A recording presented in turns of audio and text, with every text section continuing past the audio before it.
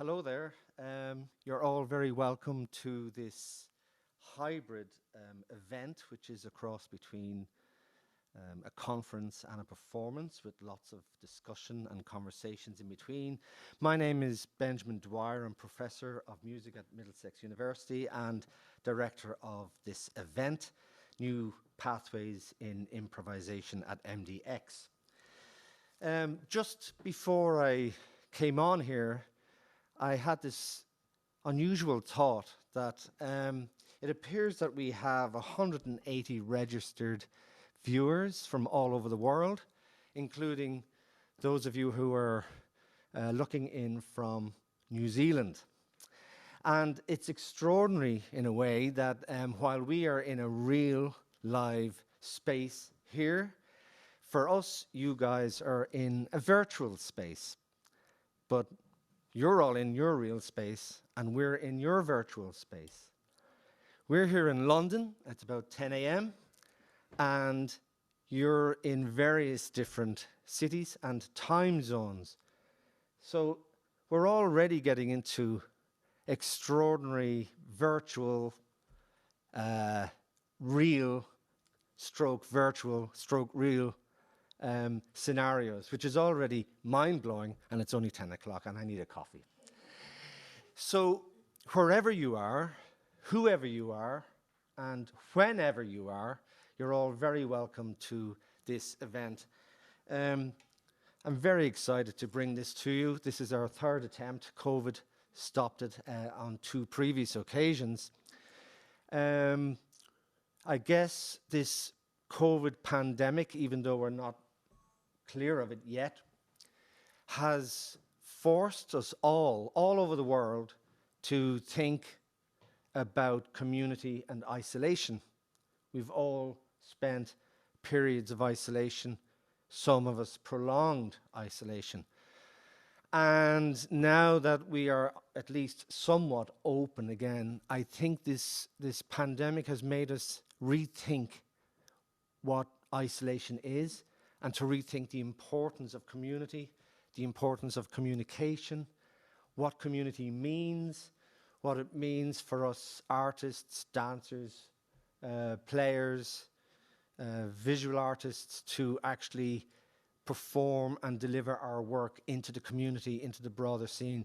So I think maybe this event is coming at the right time because we're all re-evaluating this notion of isolation versus community.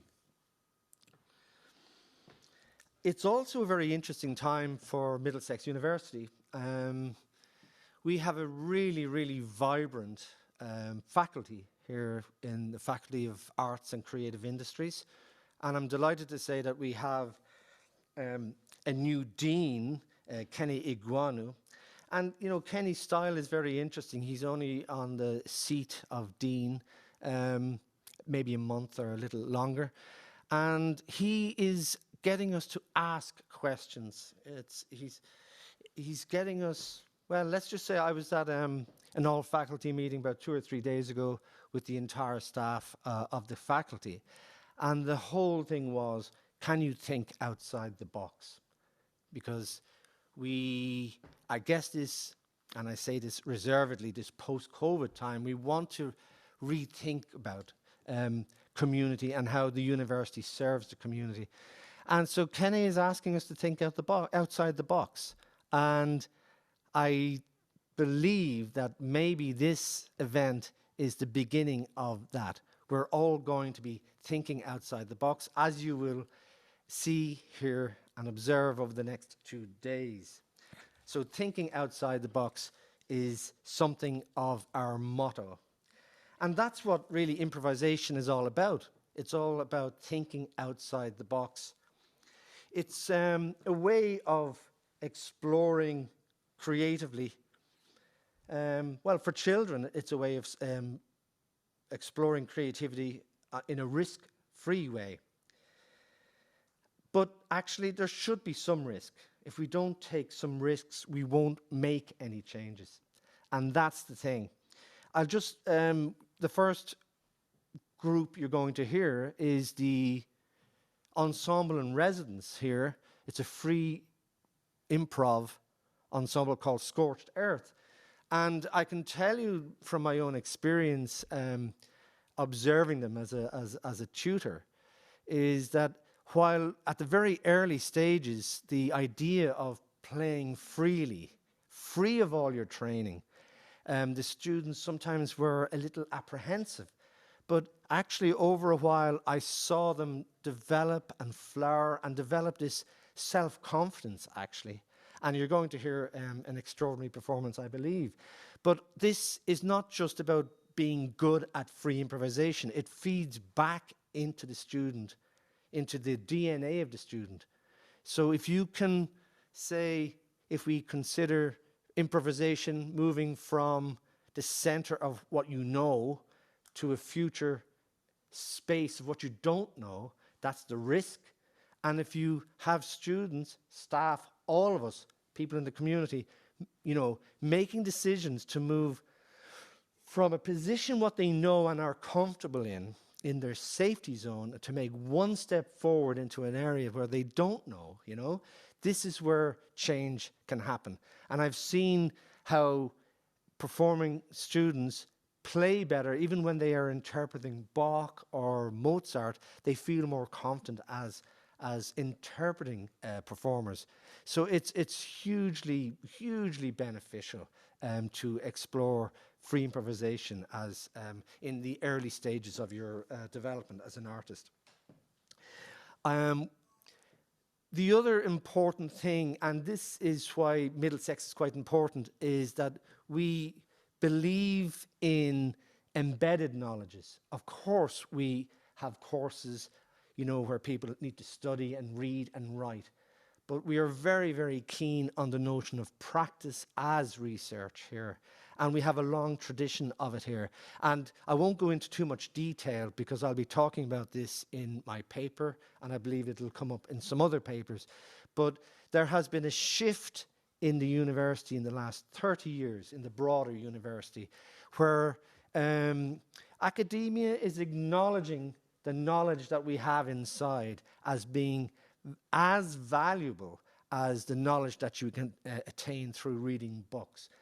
It's my personal belief that it's more valuable, but in actual fact, I try to get the proper mix between objective knowledge and this tacit, embedded knowledge that we all have inside us. And I think improvisation is about releasing that knowledge and letting it be shared. It was quite extraordinary for me to be here yesterday. We were here all day yesterday setting up all the tech, all the technical equipment, the lighting. And it was really interesting to watch our technical crew who came into this empty space, and they had to actually improvise with us to figure out and deal with all the problems that they had. And it was like a masterclass in improvisation, you know? It's not just us so-called artists. This is really important. And it's very important actually to understand that what we learn in this faculty of arts and creative industries can be translated into the world, the real life scenario, regardless of what job we have. And I want to take this opportunity, if I may, at this early stage, to thank the tech crew, because they have been amazing. Aidan Delaney, Mike McGlone, Gareth Cook, Philip Cover, Francisco Batista, and Adam Scorcher. As well as being an improvising event, this is an interdisciplinary event.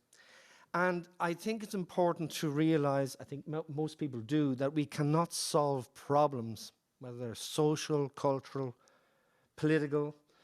We cannot solve them through one discipline, through one method. We can really only solve them by coming together. Yesterday's tech masterclass was an example of that, where the tech crew were engaging with the artists and finding problems. I mean, like lighting, the position of the pianos, you know, the viewfinder of the cameras and so forth. So this is a really interesting part of what we're doing. It's not just improvisation and music, it's improvisation with music, dance, film, and sonic and visual arts, but not separately. We're all intermingling. I won't go into too much detail because you're going to see this in the next 13 presentations over the next 2 days. But it's this, when 2 or 3 art forms come together, you get more than the sum of the parts. So I think you're going to really enjoy seeing and hearing what we have on offer. Just very briefly, the central themes that will be covered over these presentations will be this fascinating area of this liminal space between notated music and improvised music. This is one of the real, very, very interesting on the edge areas of, I guess, in music, to try and how can notated text capture the increasing complexity of free improvised music. And that would be given by our first speaker, Victoria Shinkarova. My own interest is the relationship between improvisation and consciousness. I won't say any more about that because I'll be saying quite a lot about it at a later stage. This notion of what Nick Roth, who will be joining us tomorrow, calls translative epistemologies, which sounds fancy, but it's a way of thinking about how certain types of knowledge can be translated in different ways. And this is one of the main themes that you'll see in Nick Roth's Flocking 3 and Charlotte Hugg's Son Icons, which I'm really looking forward to. And also with Kate Ryder and Rob Vesti mixing dance and music, and Kate and Tansy Spinks mixing, music and visual arts. And we have some very interesting presentations where performers are interfacing with technology. So Jonathan Impet and Juan Parra, who will be joining us by Zoom from Ghent in the Orpheus Institute, will be talking about that. And we're very happy to have Jen Kirby here, who will be giving us an extraordinary performance through technology. We'll talk about that later. And we'll also have Olesia Zdorovecka and her piece Undefined Pleasure, which is, I guess, more theatrical, and it's, let's just say not too much about that because I think it'll speak for itself. So I just want to finish off by having some housekeeping issues. We try to keep the sessions. We have 5 sessions over the next 2 days. Those sessions will start on time, we hope. But the presentations, the timings for the presentations are, just general guides, because I don't want to inhibit the performers or the presenters. So the sessions will start on time, but don't worry about how or what happens during those sessions. We are Zooming live to you now, but we also have a film crew here who is filming the event as well. So it's a bit like a film inside a film. It's very postmodern. But if you see people with cameras, don't worry. It's all part of the mix.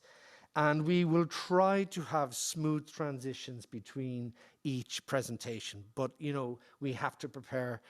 So I please ask for your patience when we move from one presentation to another. We have the brilliant Adam at the back who will be taking questions from you. I'm talking to you, our online viewers. So if you have any questions or queries or comments to make, please put them into the chat box and Adam will collate them to you. And we would really like to try and create a community between this real virtual space and your real virtual space. So please do feel free to comment and get involved. And we will have a Q&A at the end of session 4, where I would really encourage you to participate and ask questions. I have one other issue to say, that unfortunately one of our presentations has had to be cancelled. That's Breathbone with Vida Midgelo and Jane Bacon, who unfortunately both are sick. So I hope they get well soon. Perhaps they're watching. So we've moved Kate Ryder's presentation forward. So today we have a shorter session than normal, but a longer lunch break. Okay, so there we go. I just want to offer you a warm welcome. This is the beginning of I think will be a great, great festival, and I hope maybe one that can happen annually. So I've nothing left to say except to invite our first presenter, Victoria Shinkarova, to the podium. Please welcome Victoria.